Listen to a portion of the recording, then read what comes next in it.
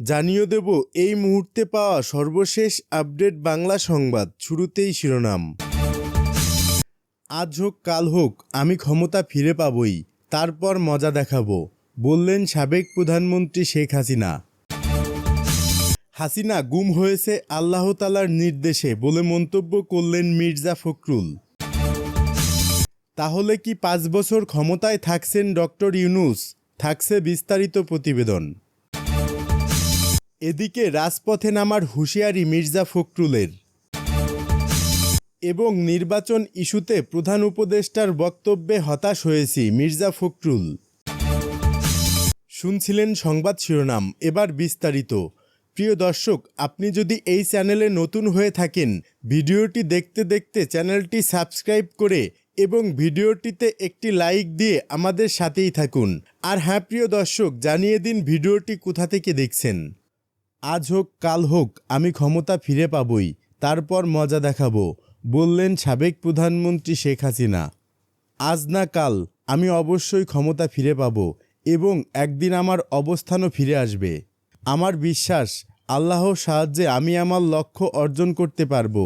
যেসব ট্রাস্টের মাধ্যমে মানুষের টাকা আত্মসাৎ করা হয়েছে, যেমন ইউনূস ফাউন্ডেশন, ইউনূস ট্রাস্ট সহ আরও হাজারো ট্রাস্ট, সেগুলি বাতিল করে দিয়ে সব টাকা গরিব মানুষের হাতে তুলে দেওয়া হবে।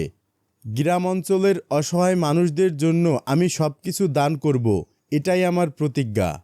আমি যা বলি তা আমি করতে পারবো, কারণ আমার আত্মবিশ্বাস আছে। ইনশাল্লাহ আমি যখন বেঁচে আছি তখন আমি এটা করব। বিধবা, নিগৃহীতা, প্রতিবন্ধী, মুক্তিযোদ্ধা, যে কোনো ভাতা সবই চুরি করে খাওয়া হচ্ছে। আমার লক্ষ্য হবে এসব চুরির বিরুদ্ধে যুদ্ধ করা।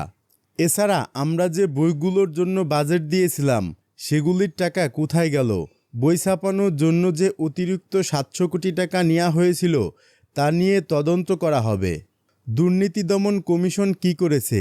তারা মামলা করেছে, কিন্তু কেন তা কন্টেস্ট করেনি? যদি তারা সত্যই সৎ হতো তবে তারা কোর্টে যেত।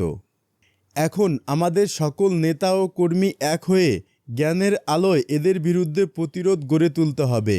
কেউ একে অপরের অপেক্ষায় বসে থাকবেন না। যে যেখানে আছে সে সেখানেই নেতৃত্ব দিবে। আমি জানি এই দেশবাসীকে সাথে নিয়ে আমরা এক হয়ে থাকব এবং সব ধরনের চক্রান্তর মোকাবেলা করব। দল ভাঙার চেষ্টা চলছে। আওয়ামী লীগ যদি ভাঙে তাতে কোনো ক্ষতি হবে না। আওয়ামী লীগ তার আদর্শ নিয়ে থাকবে এবং বাংলাদেশের মানুষের ভাগ্য শুধু আওয়ামী লীগের মাধ্যমে বদলাবে।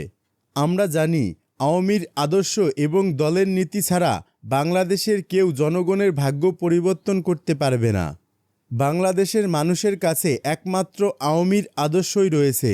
আমি জানি সকল নেতাকর্মী, মুক্তিযুদ্ধের সমর্থকরা এক হয়ে জনমত সৃষ্টি করবে।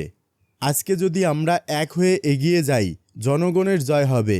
আমি বেঁচে আছি বলেই বলতে পারি, এটাই আমাদের সবচেয়ে বড় শক্তি। এখন আমার কথার সময় এসেছে। আমি যেখানেই যাই আমার মন বাংলাদেশের সঙ্গে থাকে। আমি প্রতিটি এলাকায় মানুষের সঙ্গে কথা বলি এবং এটাই আমার সত্যিকারের কাজ। যদিও আমি বহুবার জেলে গিয়েছি, কিন্তু আজকে যে কথা বলার সুযোগ পাচ্ছি সেটাই আমার কাছে সবচেয়ে বড় পাওয়া। সবাই ভালো থাকুন, সুস্থ থাকুন। যারা জেলে আছেন তাদের জন্য আমার সহানুভূতি এবং যারা প্রিয়জন হারিয়েছেন তাদের জন্য আমার আন্তরিক সহমর্মিতা। তাহলে কি ৫ বছর ক্ষমতায় থাকছেন ডক্টর ইউনূস? ডক্টর ইউনূস নিয়ে সার্জিস আলমের মন্তব্য বাংলাদেশের রাজনীতিতে নতুন আলোচনার জন্ম দিয়েছে।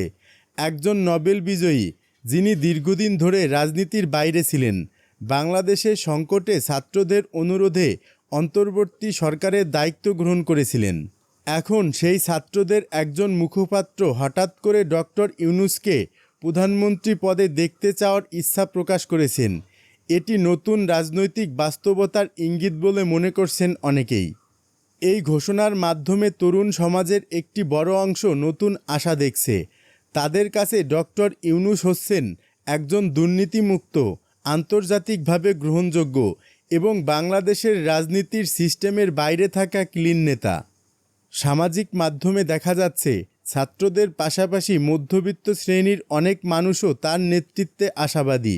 বিশেষ করে যারা দুই প্রধান রাজনৈতিক দলের দ্বন্দ্বে ক্লান্ত, তাদের কাছে ডক্টর ইউনূস একটি নতুন উপায় হিসেবে ধরা দিয়েছেন। বিএনপি যেটি এতদিন নির্বাচনের দাবিতে আন্দোলন চালিয়ে এসেছে, এখন ডক্টর ইউনূসের আবির্ভাবের পর তাদের রাজনৈতিক কৌশলে কিছুটা টানাপোড়েন তৈরি হয়েছে। তারা সংস্কার কাজের জন্য সহায়তার পাশাপাশি দ্রুত নির্বাচনের দাবি জানাচ্ছে। অন্যদিকে ডক্টর ইউনূসকে নিয়ে ছাত্ররা বাংলাদেশের রাজনীতিতে নতুন একটি ধারণা প্রতিষ্ঠা করতে চায় বলে মনে করছেন সচেতন মহল। বিএনপির নেতারা বলছেন, তাদের ৩১ দফা সংস্কারের প্রস্তাবে প্রধানমন্ত্রী এবং রাষ্ট্রপতির ক্ষমতার ভারসাম্য রক্ষার কথা বলা হয়েছে। তাদের মতে ডক্টর ইউনূস যদি ছাত্রদের আহ্বানে রাজনীতিতে সক্রিয় হন, তবে তার নেতৃত্বে একটি শিক্ষিত তরুণ এবং নাগরিক সমাজভিত্তিক প্ল্যাটফর্ম গড়ে ওঠার সম্ভাবনা রয়েছে, যেখানে দুর্নীতিমুক্ত ও দক্ষ প্রশাসনের প্রতিশ্রুতি থাকবে। প্রধান উপদেষ্টা জানান, আগামী ২০২৫ সালের ডিসেম্বরে অথবা ২০২৬ সালের জুনে নির্বাচন হতে পারে। তবে যদি ডিসেম্বরেই নির্বাচন হয়, তবে নতুন রাজনৈতিক শক্তি গঠিত হওয়ার জন্য পর্যাপ্ত সময় থাকবে না, যা পুরনো রাজনৈতিক দলগুলোর জন্য সুবিধাজনক। বিএনপি এই কারণে দ্রুত নির্বাচন চায়, যাতে তৃতীয় পক্ষ শক্তিশালী হয়ে উঠতে না পারে। ডক্টর ইউনূস রাজনীতিতে সক্রিয় হলে দেশের রাজনৈতিক মানচিত্রে বড় ধরনের পরিবর্তন আসতে পারে। তিনি সরকার ও বিরোধী পক্ষের জন্য চাপ তৈরি করবেন, কারণ তার আন্তর্জাতিক গ্রহণযোগ্যতা এবং জনগণের মধ্যে নির্ভরযোগ্যতা রয়েছে। তরুণ ভোটার, প্রথমবারের ভোটার এবং যারা রাজনীতিতে আগ্রহ হারিয়ে ফেলেছে, এই ৩ শ্রেণীর ভোটাররা তার শক্তির উৎস হতে পারে।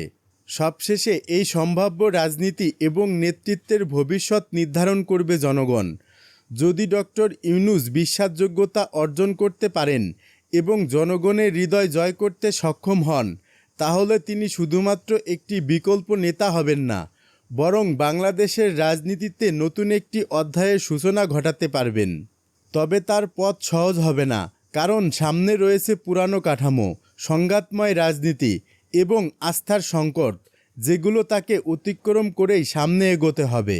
রাজপথে নামার হুঁশিয়ারি মির্জা ফখরুলের। অনির্দিষ্টকালের জন্য সংস্কার চলতে পারে না, মানুষকে ভোট অধিকার থেকে বঞ্চিত করতে ষড়যন্ত্র চলছে। জনগণের স্বার্থে প্রয়োজনে আবারও রাজপথে নামবে বিএনপি, এমন মন্তব্য করেছেন বিএনপির ভারপ্রাপ্ত মহাসচিব মির্জা ফখরুল ইসলাম আলমগীর। তিনি বলেন, সামাজিক যোগাযোগ মাধ্যমে বিএনপিকে টার্গেট করা হচ্ছে। তাদের লক্ষ্য দেশে নৈরাজ্য সৃষ্টি করে নির্বাচন পিছিয়ে দেয়া। এছাড়াও ভুল ব্যাখ্যার মাধ্যমে বিভাজন সৃষ্টি করতে চায় ষড়যন্ত্রকারীরা। এ সময় দলটি ভারত, পাকিস্তান বা যুক্তরাষ্ট্র কারো পক্ষে নয় বলেও মন্তব্য করেন তিনি। এদিকে অল্প সময়ের মধ্যে সবকিছু গুছিয়ে নির্বাচনের জন্য লেভেল প্লেয়িং ফিল্ড তৈরি করতে হবে বলেও মন্তব্য করেন তিনি।